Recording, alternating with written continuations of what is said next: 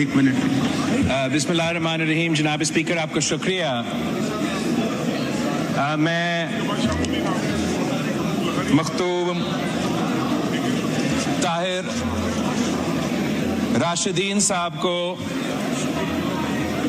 इस हाउस का मेंबर बनने पे मुबारकबाद देना चाहूँगा और मैं पंजाब के अवाम, रहीम यार खान के अवाम का शुक्रगुजार हूँ कि उन्होंने पाकिस्तान पीपल्स पार्टी का उम्मीदवार को कामयाब करवा के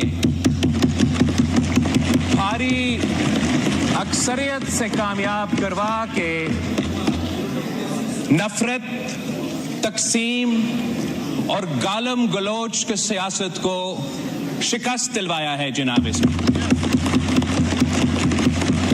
मैं पाकिस्तान पीपल्स पार्टी का जनूबी पंजाब का तंजीम को नेशनल असेंबली का फ्लोर पे खड़ा होके मुबारकबाद देना चाहूंगा। जनाब स्पीकर, ये मेरे वो सिपाही हैं जो भी हालात हो, चाहे वो मुल्तान का बाय इलेक्शन हो या रहीम यार खान की बाय इलेक्शन हो, वो डरते नहीं हैं, वो झुकते नहीं हैं। वो हर फितना का मुकाबला करके, झूठ, प्रोपेगेंडा और गालम गलोच का सियासत का मुकाबला करके अवाम की ताकत से, वोट की ताकत से मुंतखब होके यहां पहुंचे। जनाब स्पीकर, ये वो उम्मीदवार हैं जो हर पोलिंग स्टेशन का फॉर्म 45 आपको दिखा सकते हैं। ये जो मेरे साथी यहां मौजूद हैं, मैं तो चाहता हूं कि हम मिलके order in the house, order इस तरह ना करें। सियासत अभी आपके भी 6 मेंबरान ने बोलना है क्वेश्चन आवर के बाद। जमहूरी सफर नो क्रॉस में साथ चले, हम अपना सियासत को फाल करे, सदारा को फाल करे, चार्टर ऑफ डेमोक्रेसीज तय करे, मगर उससे पहले एक बुनियादी बात तय करना पड़ेगा। जनाब स्पीकर, कि पाकिस्तान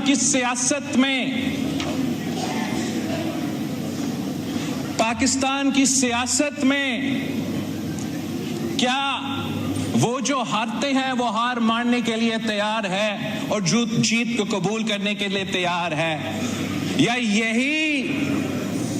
यही सियासत रहेगा कि मैं जीता तो वाह वाह, मैं हारा तो धांधली।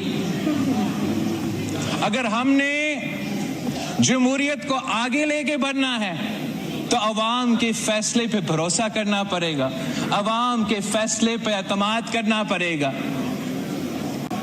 मैं इस इलेक्शन में जो सियासी जमातों ने मिलकर ये इलेक्शन हमारे साथ चले, हमारे सियासी इत्तेहादी, हुकूमती इत्तेहादी और वो आजाद उम्मीदवार के भी शुक्रगुजार हूं जिन्होंने सब एक होके ये साबित कर दिया कि पाकिस्तान के अवाम इस वक्त साजिशी सियासत के साथ खड़े नहीं हैं।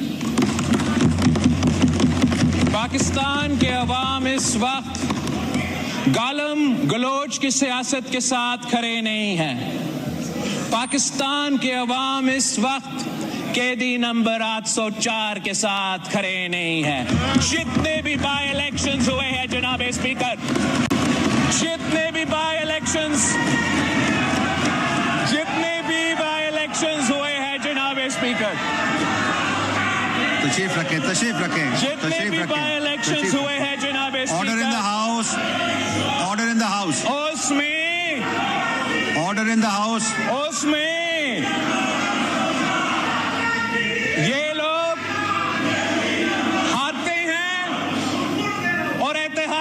बातें जीतते हैं, ये साबित करते हैं कि पाकिस्तान के अवाम इस वक्त कहां खड़े हैं और क्यों नहीं।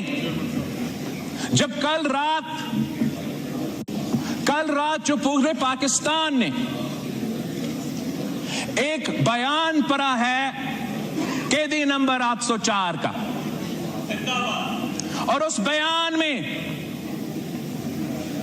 इस शख्स ने अपनी सियासत को चंपाने के लिए, अपने जाती मसले में, अपने अदालत के केसेस में रिलीफ लेने के लिए हर आईनी इदारा पे हमला किया है जनाब स्पीकर।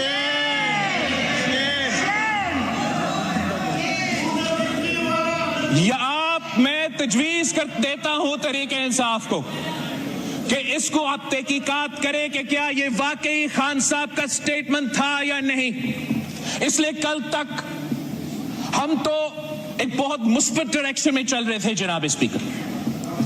हमने एक ऐसा फोरम बनाया था जिससे मेरा उम्मीद था और है कि हम जमहूरियत और इन इदारों के फायदे में लेजिस्लेशन करेंगे। लेकिन कल रात एक हमला किया है जनाब स्पीकर, जो कि एक बार फिर जमहूरियत पे एक हमला है। ये एक इतना ऐसे प्रोवोकेटिव स्टेप है कि एक तरफ मौजूदा चीफ जस्टिस के खिलाफ कंटेम्प्ट ऑफ कोर्ट किया गया है, दूसरी तरफ आर्मी चीफ ऑफ स्टाफ पे सियासी इल्जामात लगाए गए उस ओहदा को मुतनाज़ा बनाने के लिए। तो जनाब स्पीकर, अगर खान साहब ने ये स्टेटमेंट दिया है तो फिर इस स्टेटमेंट का कॉन्सिक्वेंसेस है हमारे आईन, हमारे कानून के मुताबिक, और उन कॉन्सिक्वेंसेस को उसको भुगतना पड़ेगा। और फिर इनके जमात का जो रोना धोना होगा तब वो हमसे एतराज ना करे। खान साहब ने अगर ये स्टेटमेंट दिया है तो जो मसले खान साहब के लिए बनेंगे और खान साहब की जमात के लिए बनेंगे और खुदा खास्ता हमारा जमहूरी निजाम के लिए बनेंगे, वो तो उनका जिम्मेदारी है। अगर ये स्टेटमेंट खान साहब ने नहीं दिया, अगर खान साहब ने ये स्टेटमेंट नहीं दिया तो अब फौरी कायदे हिज़्ब इख्तिलाफ या उनके पार्टी का चेयरमैन एक्सप्लेनेशन दे कि ये ट्विटर अकाउंट अली अमीन साहब चला रहा था, मरवत साहब चला रहा था, इनसे पूछे, खान साहब का इससे कोई वास्ता नहीं है। ये क्लैरिफिकेशन देना बहुत ही जरूरी है जनाब स्पीकर। ये जो इल्जामात कर लगे हैं, this is a pattern of an exercise that has been going on since the days of the no confidence motion जनाब स्पीकर। तब से जब हमने एक आईनी जमहूरी कदम उठाने की कोशिश किया कि हम वजीर आजम को ना किसी अदालत के फैसले से, ना किसी और अदारा के फैसले से, हम इसी हाउस का वोट के अदम एतमाद से घर भेजना चाहते हैं। उसी वक्त जनाब स्पीकर,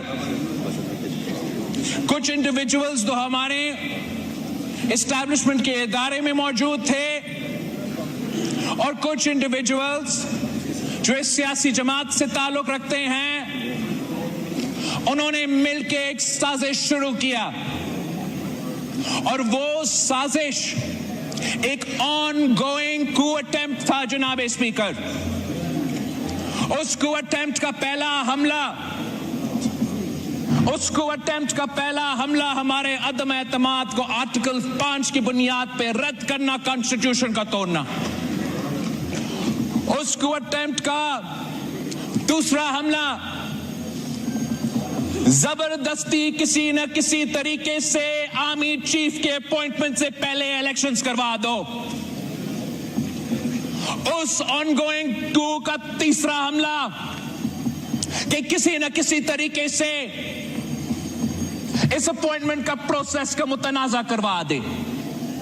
एक कोऑर्डिनेटेड एफर्ट के मुताबिक जनाब स्पीकर, मीडिया एंकर्स को लॉन्च किए गए, सियासतदान को लॉन्च किए गए और अपना ही आर्मी चीफ के खिलाफ एक साजिश जारी था कि जो भी हो, ये शख्स जिसके बारे में कहा जाता है कि जब वो इंटेलिजेंस चीफ था उसने खान साहब का करप्शन पकड़ा था, जब वो इंटेलिजेंस चीफ था उसने वो करप्शन के सबूत खान साहब के सामने रखा कि आप एहतसाब की बात करते हो, आप इंसाफ की बात करते हो, आप इस पे एक्शन ले।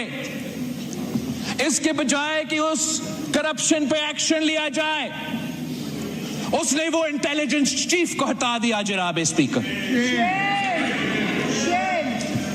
फिर उसने मिलके उसी इदारे के अहम शख्सियात के साथ मिलके ये साजिश करने की कोशिश की कि इस आईनी प्रोसेस को सैबोटाज करे।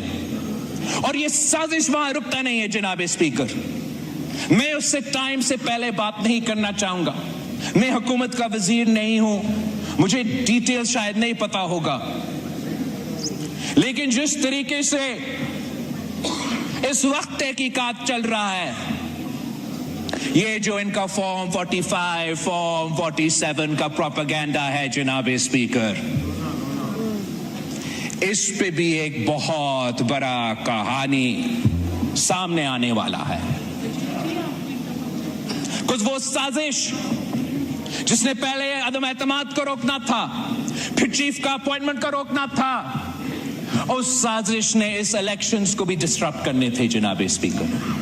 और जब वो सबूत सामने आएगा तो ना ये अपने मुंह अवाम में दिखा सकेंगे, ना कोई और अपने मुंह अवाम में दिखा सकेंगे।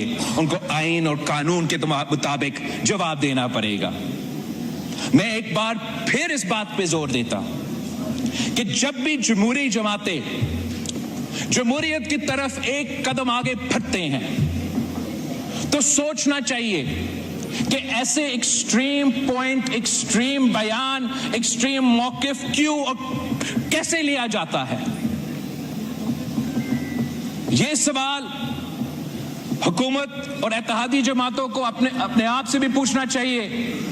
मगर मैं पीटीआई से दरख्वास्त करता हूं कि आप इस बात पे आपका अपना पार्टी में ये तहकीकात करें, आप पता करें कि जब भी हम कोई पॉलिटिकल स्टेबिलिटी की तरफ जा रहे होते हैं, ये कौन साहब है जो आपके रैंक्स में है, जो खान साहब से ऐसे कोई बयान दिलवा देते हैं या ऐसे कोई कदम उठाते हैं जिसकी वजह से आपके मिसाइल में इजाफा होते हैं और पाकिस्तान के मिसाइल में इजाफा होते हैं।